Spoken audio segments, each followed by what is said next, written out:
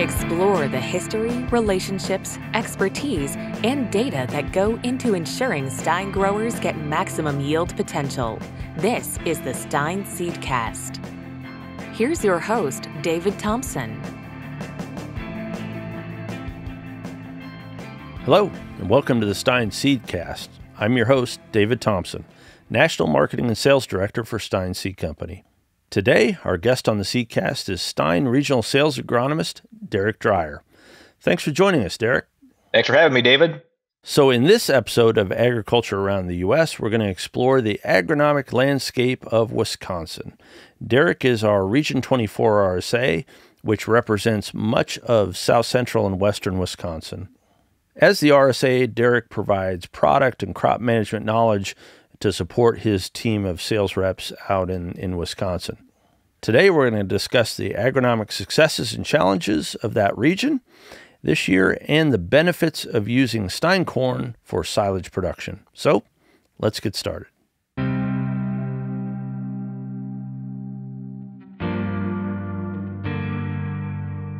Well, so Derek, glad to have you on the Seedcast today. You're joining us from there in Sparta, Wisconsin, just a little bit outside of La Crosse. To start us out, why don't you tell us a little bit about yourself? Tell us your path in agriculture and how you came to be with Stine Seed Company. So I've been with Stine since September of 2016, so a little over 8 years now. And I'm originally from this area in west central Wisconsin, a little town called Norwalk. Shout out to Norwalk, I guess. And I grew up on a dairy farm. My parents still milk cows, small dairy farm in today's agriculture. But I grew up there, ended up moving to south central Wisconsin and kind of working in ag retail for a few years prior to coming to Stine Seed Company. Right now, I work with 9 different sales reps. We cover, as David already mentioned, I cover most of southern, southwest, western Wisconsin, and also a few counties now in Minnesota, which is fairly close to my backyard at this point. So that works out pretty good. So up and down the Mississippi as well. So as we're in the harvest season now, looking back on the growing season of 2024, what would you say are some of the key challenges and maybe hopefully successes that farmers in your region have seen this past growing season? Yeah, it was a tale of two extremes, I would say. Yeah, a good way to sum it up. Started out really, really wet, and then into end of July and into August, we were really, really dry. So it was a little different than the year prior when it was a drought practically in most of the state. So a tale of two different seasons, put it that way. Yep. Some of the geography that we work with here around Wisconsin in particular, it's a mixed bag of good ground. It's a mixed bag of some pretty challenging ground to work with. So the productive ground in the southern part of the state and the northwestern part that's pretty forgiving. Most of that stuff looks great, corn and soybeans. Like I said, we're starting to kick off some soybean harvest in the very southern part of the state here this week. On the other hand, like where I live here, I look outside my window and it's beach sand, basically. It's a beach we're trying to grow soybeans on. So it's pretty interesting. It keeps you on your toes, a lot of different challenges you face. And it's just a kind of a unique place in the world. So kind of to expand on that a little bit, Derek, obviously with Stine Seed Company, we're focused, on corn and soybean markets. But in your neck of the woods, in the area that you work with there in Wisconsin and Minnesota, how do you define agriculture in that part of the world? Maybe for those who aren't initiated to what agriculture means to that part of the United States. Well, I would say, we're not too different from you guys in Iowa and and Illinois, but we have a lot of other specialty crops as well that make us kind of unique. Aside from the standard row crop of corn and soybean, just for an example, down the road here, we're known for cranberries. There's a lot of cranberry bogs just east of me by 20 minutes. Really? So kind of unique. Yeah, it's a unique thing to look at. But yeah, south of me, 20 minutes the other way, it's a big organic area. If you heard of Organic Valley in the grocery store, that's just down the road from where I am right now. Okay. So it's unique. Again, we have what you'd call just the standard everyday row crop, corn and soybeans, but we have some other things as well, I guess. So, and I guess one of the other things I think a lot of people would, even those who aren't necessarily deeply entrenched in agriculture, might think of when they think of Wisconsin would be dairy. Is that fair to say? Yeah, we're known for our cheese, I think, the dairy state. So that's a big fact. Yeah. Yeah. So how does the dairy business impact the row crop side of the business there in Wisconsin? Yeah, so another factor that corn silage, the dairy industry plays a role would be, we're not just trying to help farmers grow grain corn. We need to maximize tonnage on some of these acres as well. So how can we look at our corn lineup and utilize that for growing silage instead of grain? I mean, grain's a part of that too, don't get me wrong, but I mean, a lot of these guys, you're feeding animals and you're not just harvesting the ear. So it's a little bit different. How do you translate that type of information? Or can you? Maybe a better question is, what's the process to translate from what you would consider to be, good grain producing hybrids to determining, good products that are available for silage? Yeah. So, I mean, to back up a little bit, I guess, one usually thinks, when I think of Stine Seed Company and corn in particular, we think of, short stature, high population corn. I mean, that's what everybody thinks of, and rightfully so. That's what we're known for. Done a lot of research in that realm. But we also have some products that I consider very good silage options. And one of the things we try to do every single year is we try to sample for corn silage. We take all our grain hybrids, we sample them with a wood chipper or right out of the field after they've been chopped, and send them to a lab, usually Dairyland Labs here in Wisconsin. So we use very reputable brand, very accurate. So that's one thing. We try to be very precise about this stuff, get the data that the dairy farmers, the guys that are raising cattle want. That's what I was doing earlier today, actually, from 10 to 1:30. I'm taking corn silage samples, trying to take a look at, here's the products we have in our lineup and how do they sample? What is the analysis like on these products? And what we have found over the years is, they might not be corn silage specific hybrids, but that doesn't mean they're not good corn silage varieties. They can be both. They can be a good dual purpose. And I firmly believe we have some excellent corn silage options that we just don't promote enough. So I guess adding on to that, what would be examples of a few hybrids that have done particularly well in your area that, again, as you said, are probably equally suited for grain production or great for silage option? Yeah, a couple that come to mind right away. On the early side, a product like our 9320-20, 90 to 95 day range. Great testing product, tons well. The milk per ton on that's a component we tend to look at to decipher how good of a product is for making milk. Milk per ton is what it's called. On the later side, a product like 9818, 9817 is one I'm pretty excited about. I'm going to get some samples tomorrow, actually, on that one from a farm down by Madison. And that's one of these newer products that we have that actually has a white cob, a little bit softer kernel, maybe a little bit more floury as well. And I believe the initial tests that our agronomy department did last year, 9817-30, that was our most digestible product we have in the lineup right now. So, and it would be, out of all the stuff we did last year, just for a comparison, the University of Wisconsin does a corn silage trial every single year, and it's all replicated and whatnot. 9817 would have been one of the top products in their trials last year if we looked at our data that we collected across a wide footprint compared to what they did. It's a very, very competitive product that's very exciting. You've been touching on a couple of things, and I guess I want to kind of dive in a little bit because remember, I was born and raised right here in the heart of Iowa, and so certainly there's silage all across the Corn Belt, but I don't think we do it to the extent that you guys do in Wisconsin. So for the uninitiated like me, let's talk a little bit about how they classify or what are these criteria. You talked about milk per ton. You talked about, I heard the term digestibility. So When you go to score these things, what are these key, what are the key criteria that when you get that lab result back, what are they looking for? Yeah, great question. I've said this for years.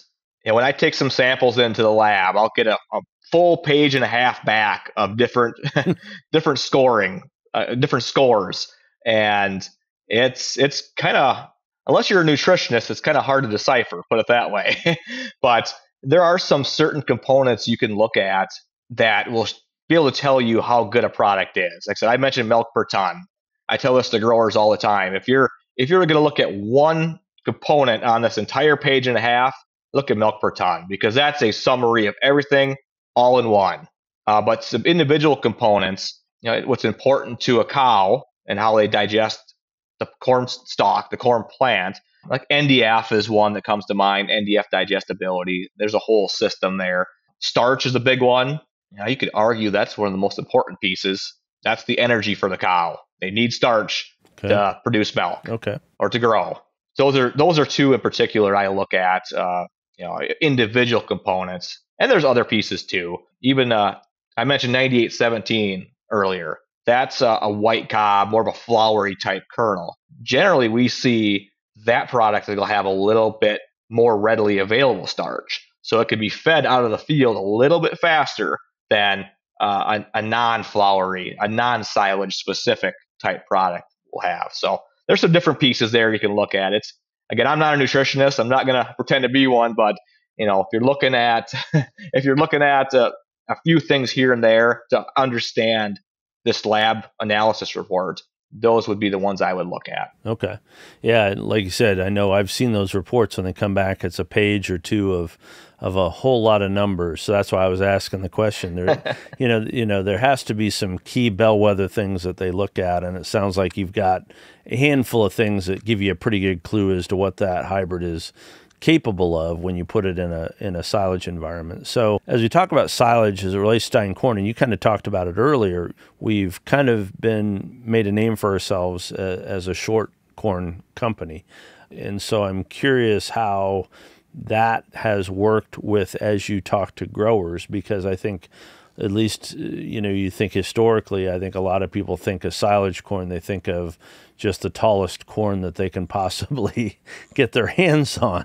So how do you guys address that or work with that in the area that you serve where silage is such an important topic? And really, there's still a lot of people that have that mindset that I need a 12 to 14 foot tall plant to make silage or make good silage. Otherwise, it's a failure. There's a lot of just a lot of people in general that they think of corn silage as it needs to be tall. I'm not going to be able to get enough feed unless I'm planting that big, tall corn plant. Well, I'm here to say that's not necessarily true.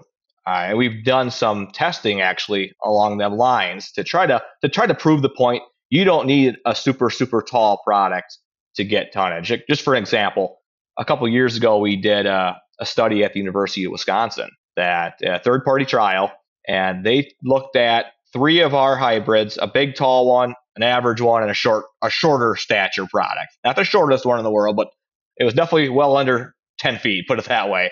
And what we did was we put that into a 30-inch versus 15-inch system at different populations. We also threw an industry competitor in there just for a comparison. So in the 30-inch setting, all said and done, the tallest 2 products generally did a little bit better from a tonnage standpoint, at least. But once you start kicking into a narrow setting and upping the population a little bit, and that's what we've been doing that for years, testing and breeding products that can be pushed to the max. And once we did that, once the University of Wisconsin did that in this trial, guess which one was the highest tonnage option out of the entire replicated data set? The shortest hybrid in there, the short stature product. The short stature product. So in that case, even though you had a shorter hybrid, but you had narrower rows, so you had a few more plants probably out there, you made up the tonnage that you would have had from a taller, rangy kind of hybrid. Is that fair to say? Yeah, 100%. That's exactly what it was. And it was it's for the guys that were helping me do this trial, or the ISRs that were helping do this trial, I wouldn't say it was a huge surprise. We've seen this number of times, but never been able to put the numbers to it. And Yeah, it's something that I think we probably don't talk about quite enough is we do have a lot of these products that if you're doing narrow row corn silage, we've got some great, great options for to use. And in that scenario you're describing, Derek, I guess it makes me wonder, so how does that change, I guess, more of the beyond tonnage, the nutritional composition of that silage? Because I'm assuming in the scenario you're describing, with higher population, you are ultimately going to have more ears, right, in the silage mix relative to what you would have had with the other. Is that correct? Yeah, it does change how the sample it does change how the sample comes across. Usually if you're using a shorter plant, you're going to have less biomass out there, less stalk, less not less leaves, but there's just less plant material. So when it comes to the starch component, which I mentioned before is really important for energy, it's all a ratio. So if you've got a little bit less of a stalk out there, but still maintaining a good ear size, that starch analysis is going to be naturally a little bit higher. And that's a good thing. You don't want something that's going to have 25% starch per sample. Most nutritionists would tell you they'd like to see that closer to 35%. And that's a lot easier to get that number when you're using something that's not 12, 13 foot tall, something that's a little bit shorter, more of an average size plant for the industry. So yeah, so that whole thing becomes a factor, and you kind of touched on it earlier. Obviously, we've made a reputation for ourselves in the game of tending to have shorter hybrids probably than most of the rest of the industry, although now, there's a lot of talk about short stature corn. So we're seeing that concept change how growers are approaching regular grain production. You mentioned earlier there's still a lot of kind of mindset around tall corn for silage, but is that starting to change? I think so. I mean, it still does go back to what the genetics are like. It goes back to what hybrids are you using, because in that same trial I referenced, the industry product that was in there, I won't say where it was from, but the industry product that was in there, once we put that into that narrow row setting or that higher population setting, the tonnage actually went backwards, believe it or not. So it really, if you're going to be doing that kind of a system, and I do think there's more interest in trying to maximize yield per acre across the whole United States, you're going to need the right hybrids that have been tested for that system. So I don't think like anybody could go out and just pick a hybrid, throw it into 15-inch rows at 45,000. Even for silage, you're probably going to lose some tonnage, actually lose some yield. So it does go back to using the right products, right hybrids. Yeah. So just like with grain production, what we've talked about, it really is about having the right product for the application, whether it's for grain or for silage, 100%. the same rule applies. So let's switch gears a little bit and maybe talk a bit about soybeans. I know that there in the state of Wisconsin, you guys know how to raise a pretty big soybean crop. Talk about anything you've seen this last year or two that are significant in terms of the impact on the soybean crop there in Wisconsin from a trait standpoint, or specific Stine products that are doing well in your area. Yeah, the Enlist trait platform is really, I would say, almost dominating the marketplace here as of 2024. There still is a little bit of other traits mixed in here and there, but overall, it seems like the adoption of Enlist E3 is taking hold. As I mentioned earlier, the wet spring we had made a lot of guys worried about the possibility of white mold. White mold is a big issue for us on the eastern side of the state. Lake Michigan's right there, the lake effect, we call it. White mold is probably the biggest battle we face with soybean production. So the guys over at Iowa State had mentioned that historical data was showing it was going to be possibly a bad white mold year across the Midwest as a whole. And thankfully, it hasn't been nearly as bad as we thought it was going to be. I mean, yeah, there's some white mold pockets here and there, of course, but overall, it's been for as wet as it was early season. It's actually looking very good, very strong from the white mold standpoint. That may be just Mother Nature and getting lucky, and maybe due to some genetics as well and management. Probably a combination of both, actually. But kind of getting a little lucky there, and I think we'll have a decent bean crop at this point. we have a ton of new enlist varieties this year in plots and sprinkled around the marketplace, but some of those are very intriguing. We try to get a couple PDP plots, one up north by closer to the Twin Cities, and then one down by kind of down by Monroe, Wisconsin, so we can evaluate some of these new products. And those plots are massive. That's the amount of new material that we've introduced this year, and it's pretty exciting. I mean, a lot of that stuff really interests me, and I can't wait to see some of the yield data come off on them because I have some of my favorites picked out already. Well, that's awesome. So yeah, and you mentioned product development plots. We've talked about that before on the Seedcast, and I think that's a great program that our agronomy team manages, and it's a great way for our sales reps and their customers to get to kind of walk that field and see those products in a pre-commercial kind of environment, get a bit of a sneak peek, as it were, before that product shows up in the catalog. So glad to see you guys are utilizing that. So as you go around this in Wisconsin there and introduce yourselves to new growers, how do you help them understand what it is Stine has to offer? How do you go about helping them figure out what's going to work for their operation and what products Stine might have for them? One of the things that we do, except we're known for soybeans, and I think we're still very successful and just going with the Stine story, who we are as a company, what we bring to the marketplace, just the vast size of our breeding programs, and just trying to help growers understand that a lot of the products that they may have planted in the past, they come from Stine. By us just telling who we are as a company, I mean, it resonates with me. It feels like it resonates with a lot of people that we talk to. We're a family-owned, farmer-owned seed company. I've said that for years and years and years since I came to Stine, and I think that I don't know, I just think that it helps. People can relate to that. So, Derek, just curious what you're seeing as we get into harvest. What products from Stine have you seen that have been doing particularly well in your part of the country?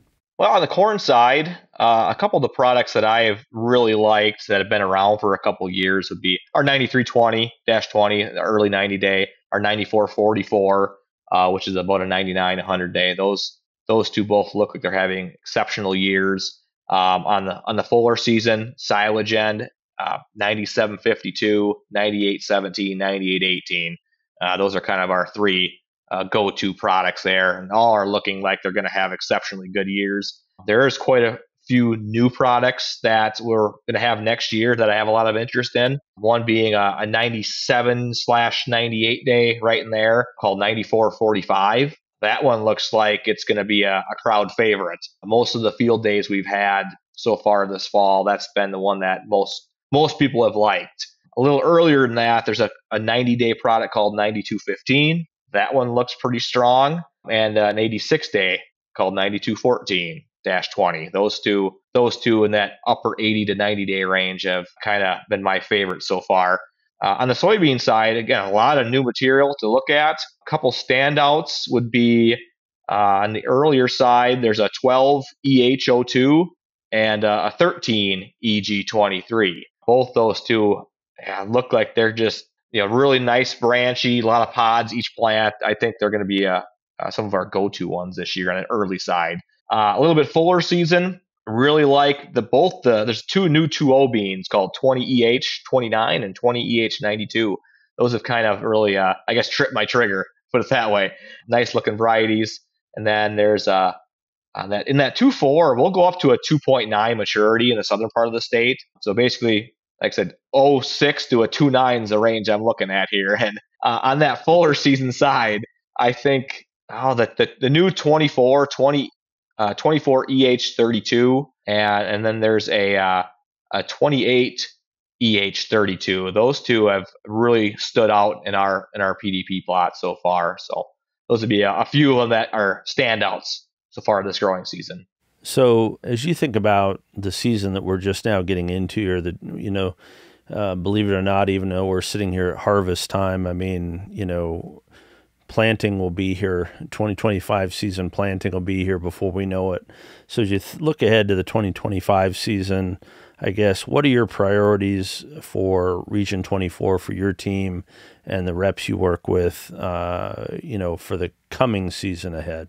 Well, so corn and soybeans, like I said, we have a ton of new material to look at, and I think our biggest priorities would be to let's get a handle on which ones work best in Wisconsin. Having from a corn standpoint, from a soybean standpoint, figuring out which ones are going to handle white mold, like I mentioned before, which ones are going to do better. We have a white mold trial in Wisconsin, in central Wisconsin, trying to find the right fit on these new products. And I think we're in a good place right now. Except we're getting close to harvest, as you just mentioned, David, and we're finding where these products fit best.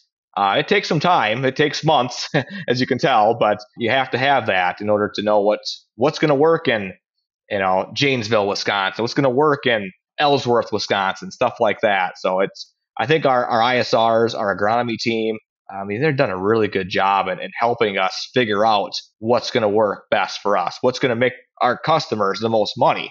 That's a big concern with everybody at this point is the markets being what they are. How am I going to be profitable? And the other piece of your question, I guess, David, let's get this newer, higher yielding material on your farm, or let's sprinkle some of that in at the very least. That stuff, if it does what it's supposed to do, play the odds, you should have higher yields in 2025. Simple as that. It's just us figuring out which one of those varieties is going to be the best fit for them to go with. Yeah, and kind of as you pointed out, it's easier said than done sometimes because we have over 100, Enlist E3 products for sale in the catalog. And so it really gets down to knowing what that grower's expectations are, what their farm is set up for, and how they want to farm, and then finding the product that's going to fit the way they want to farm. And that's where having your Stine rep as a trusted advisor probably helps more than anything else, because you only get one chance to plant it right the first time, and everything else kind of backs up from there. So, well, that's one of the things I love about our soybean lineup in particular is we don't have just one 2.0 soybean. We've got three of them. Two are brand new. One was new last year. We can kind of tailor. If you need, something that's good on white mold, you need something that's good on SDS, we can kind of tailor that to what that grower needs. And I just think that gives us a huge advantage in the soybean side of things on the marketplace. Just could pick and choose a perfect lineup in a sense.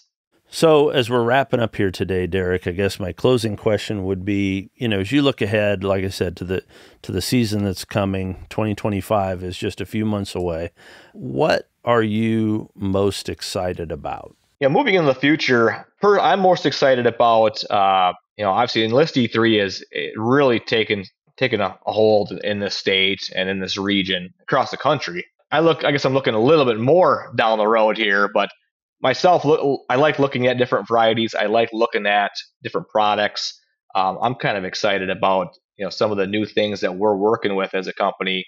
For nematodes, for more shorter stature products. I like the agronomy side of things. I always have, and I think some of the things we're looking at, again, going back to the PDP plots. I mentioned the soybean ones before. We have corn PDP plots as well. The experimentals that we're looking at, I think, are extremely exciting. The new corn experimentals, I think, are very, very exciting, and it makes me wonder where we're going to be in 2 years, 3 years. What our lineup's going to look like. It may look very different for all I know. A lot of new material could take over the current lineup. So I think that's pretty exciting. Just it feels like this year in 2024, we're looking at more new material than we ever have. And from an agronomy guy, I think that's awesome. Yep. Having new stuff in the pipe is always a good ace in the hole. So, well, Derek, I want to thank you for joining us on the Seedcast today, telling us about your home state of Wisconsin, giving me a crash course in Silage 101, which is an important aspect to corn production across a lot of the United States. So appreciate you sharing your expertise with us today and joining us. And thanks to you and to your team for all you do for us in the state of Wisconsin. Yeah, thanks, David. Appreciate your time today. Well, that's our time for today. I want to thank our guests and our listeners for joining us for another episode of the Stine Seedcast. We'll be back again soon with more expert interviews and insights about all things Stine. If you have a question for our Stine experts, send it to asktheseedcast@stineseed.com. That's asktheseedcast@stineseed.com. And to never miss an episode, subscribe to the Stine Seedcast wherever podcasts are found. Subscribe to the Stine Seedcast wherever podcasts are found.